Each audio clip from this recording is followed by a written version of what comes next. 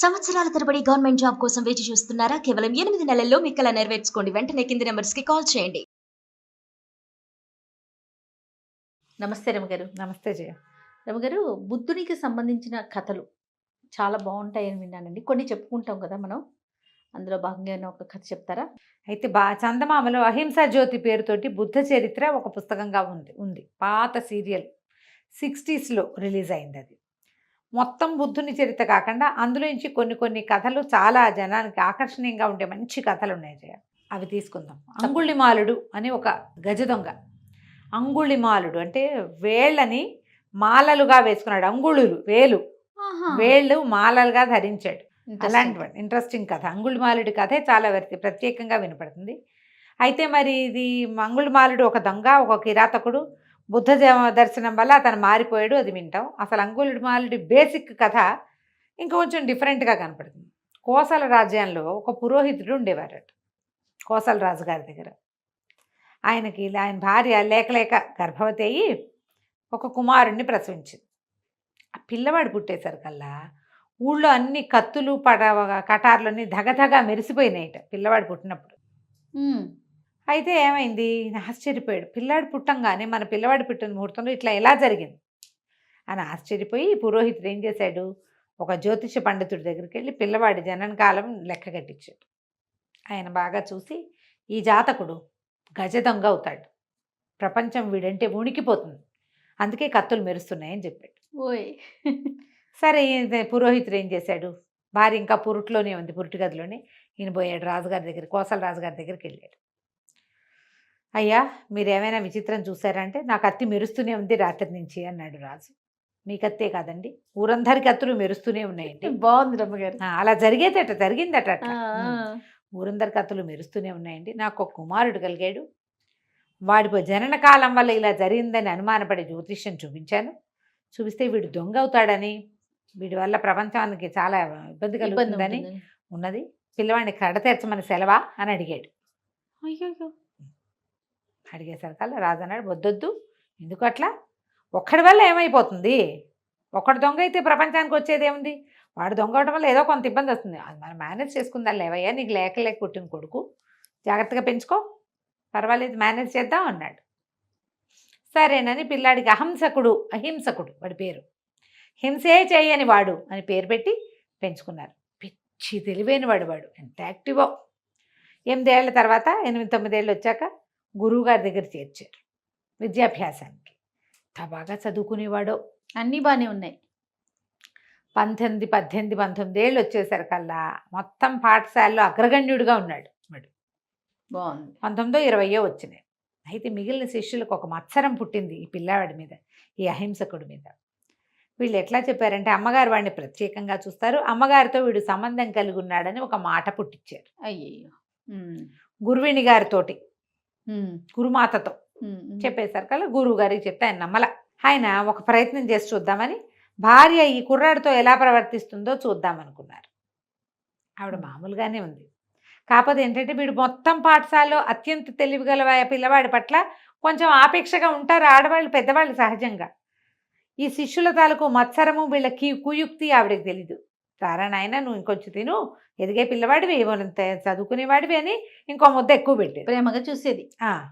తెలివైన పిల్లలు, bright kid పట్ల ఎలా ఉంటుంది అంతే. అలాంటిదే ఈయన ఇంకోలా అర్థం చేసుకున్నాడు. మన ఏ దృష్టితో చూస్తే ఏ రంగు కళ్ళద్దాలు పెట్టుకుంటే ఆ రంగే కనపడుతుంది ప్రపంచం. దాంతో ఈయనకి ఎలాగైనా చంపేద్దామనిపించింది. తన భార్యతో సంబంధం పెట్టుకున్నాడు వీడని. చంపేయడానికి భయం వేసింది, ఎందుకంటే ఈ పాఠశాలకి ఆయన పెయిడ్ పాఠశాల అది. ఓహో. శిష్యులు ఎవరు రారు. ఇలా ఆలోచించి ఏమన్నాడంటే, ఒరే అబ్బాయి, ఇక నుంచి నీకు నేను చదువు చెప్పను, నీకు చదువు చెప్పాలంటే నువ్వు గురువాజ్ఞ ఒకటి అవలంబించాలి, నేను చెప్పింది చేయాలంటే. ఈ అబ్బాయి ఏమనుకున్నాడు హింసకుడు, అయ్యో నాకు చాలా చదువుకోవాలని, ఏం చేయమంటారో చెప్పండి అన్నాడు. 1000 మందిని చంపి 1000 మంది వేళ్ళు సమర్పించాలి నాకు నువ్వు.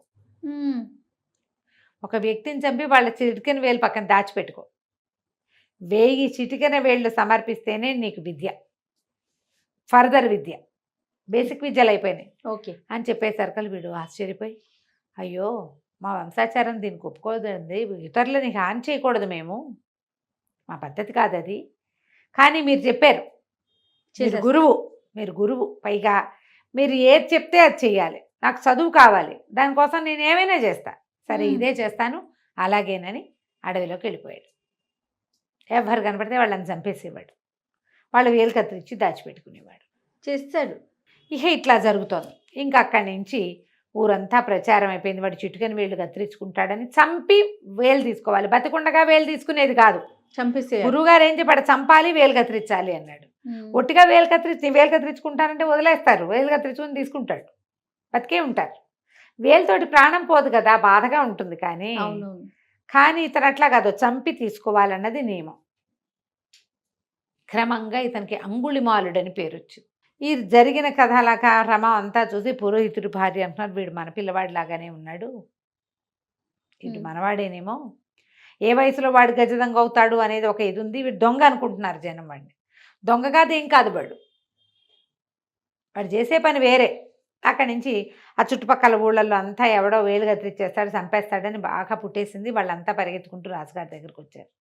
వాడు కొన్ని వందల మందిని చంపేశాడు, వీడిని పట్టుకోండి అని. అక్కడి నుంచి రాజుగారు సైన్యంతో సహా వెళ్దాం అనుకుంటుంటే పురోహితుడు భార్య ఏమనుకున్నారు, ఏమంటే వెళ్ళిరండి, మన పిల్లాడే ఉంటాడు, ఇంటికి తీసుకురండి అంటే ఆయన అన్నాడు, వెళ్ళకూడదు దొంగల దగ్గరికి, వీళ్ళని నమ్మకూడదు, వాడు అక్కడికి వెళ్ళాక వాడు ఎట్లా ప్రవర్తిస్తాడు, వాడు ఆల్రెడీ మన పిల్లాడు కాదు, వాడు అయిపోయింది అంటే. భార్య ఉంది, నువ్వు వెళ్ళకపోతే నేను వెళ్తాను.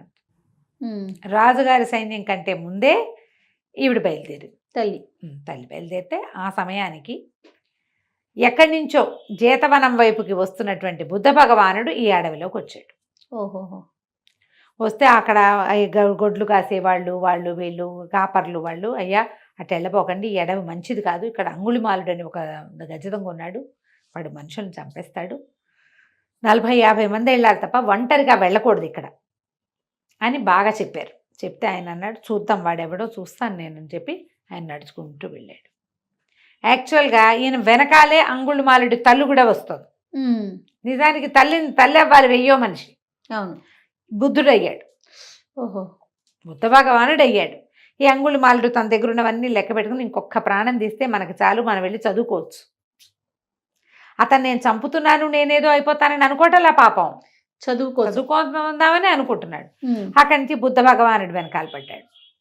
ఎంత పరిగెత్తినా నడిచి వెళ్తున్న బుద్ధుడిని పట్టుకోలేకపోయాడు. ఆయన మహిమాన్వితుడు కదా, మరి శమధమాదుల్ని జయించినవాడు, నడిచి వెళ్ళిపోతున్నాడు.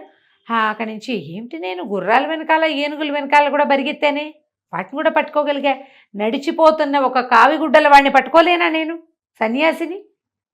ఆయన కావిగుడ్డలు కట్టుకున్నాడు, సన్యాసి, పాదుకలు కనపడుతున్నాయి, నడిచిపోతున్నాడు, నిదానంగా వెళ్తున్నాడు, పాదాల చప్పుడు టక్కు వినపడుతోంది, మరి పెద్ద పెద్ద టకటకలాటలా అడుగు లయబద్ధంగా తెలుస్తోంది. పట్టుకోలేకపోతున్నానంటే, ఓ సన్యాసి ఆగు అని వెనకాల నుంచి కేకేశాడు.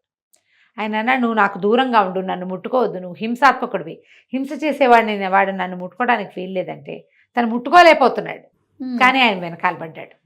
పడేసరికల్లా ఆయన వెనక్కి తిరిగి మధ్య మధ్యలో మాట్లాడుతూ, ప్రాణిహింస ఎంత మంచిది కాదు చెప్పాడు. నువ్వు ఇప్పుడు పుట్టావంటే ఇంతకుముందు చచ్చిపోయావన్నమాట, మళ్ళీ పుట్టడం లేని దాన్ని సాధించు. నువ్వు పుట్టావు అంటే ముందు చచ్చావు అని అర్థం. ముందెక్కడో పోతేనే ఇక్కడ పుట్టావు, నువ్వు ఇంకా మళ్ళీ పుట్టద్దు అంటే నీవు ఇక్కడ ఒట్టి మరణం కాకుండా కైవల్యాన్ని సంపాదించాలి, అది ఎట్లా భగవంతుని చెందాలో చూసుకోవాలని బాగా బోధించేస్తారు కదా ఈ అంగుళిమాలుడికి. ఎప్పుడో పూర్వజన్మల నుంచి చేసుకున్నటువంటి అతని పుణ్యద్వారాలనే తెరుచుకున్నాయి బ్రెయిన్లో.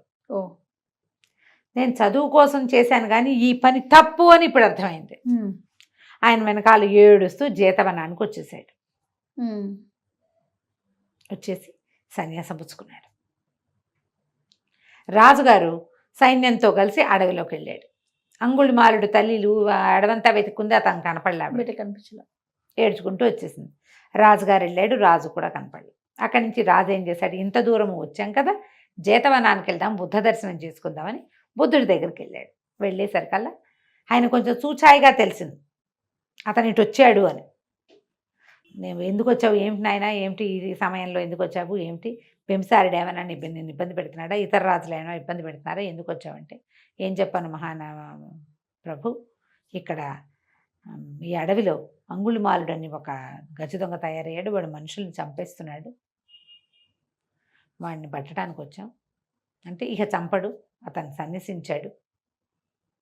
సన్యసిస్తే 1000 మందిని చంపింది ఎట్లా పోతుంది? అంతేగా. అక్కడి నుంచి ఆయన పిలిచాడు అంగుళిమాలుని. పిలిచేసరికల్లా రాజు నిర్ఘాంతపోయాడు. ఒక దొంగ, హంతకుడు, క్రూరుడు అయిన వాడిని బుద్ధ భగవానుడు వాడిని దగ్గర చేసుకుంటాడని ఆయన నమ్మల. అది అంగుళిమాలుడిని చూసేసరికల్లా అప్పుడు నమ్మాడు. తనకి ఇట్లా కాసుకోక అంటారు, ఇట్లా పైకి కట్టుకునే వస్త్రం, ఆ వస్త్రం ఓడదీసి అతనికి అప్పచెప్పి ఇవ్వబోయాడు. పుచ్చుకోలేదు అంగుళిమాలుడు. నేను సన్యసించాను, వస్త్రంతో నాకు పని లేదు, చీవరం చాలు నాకు. ఏదైనా ఇస్తే తీసుకునే లక్షణం కూడా పోయింది. రాజు చాలా ఆశ్చర్యపోయాడు. అయితే బుద్ధ భగవానుడు రాజుకి సమజాయించి నాకు అర్థమయ్యేలా చెప్పాడు కోసల రాజుకి, ఇతను ఇంకా ఎవ్వరి జోలికి రాడు, నీ దారి నువ్వు వెళ్ళిపోను. అక్కడి నుంచి భిక్షాటానికి వెళ్ళేవాట అంగుళిమాలుడు. ఓహో. ఎవ్వరు ఏమీ ఇచ్చేవాళ్ళు కదా, అతను చూస్తేనే భయపడేవారు.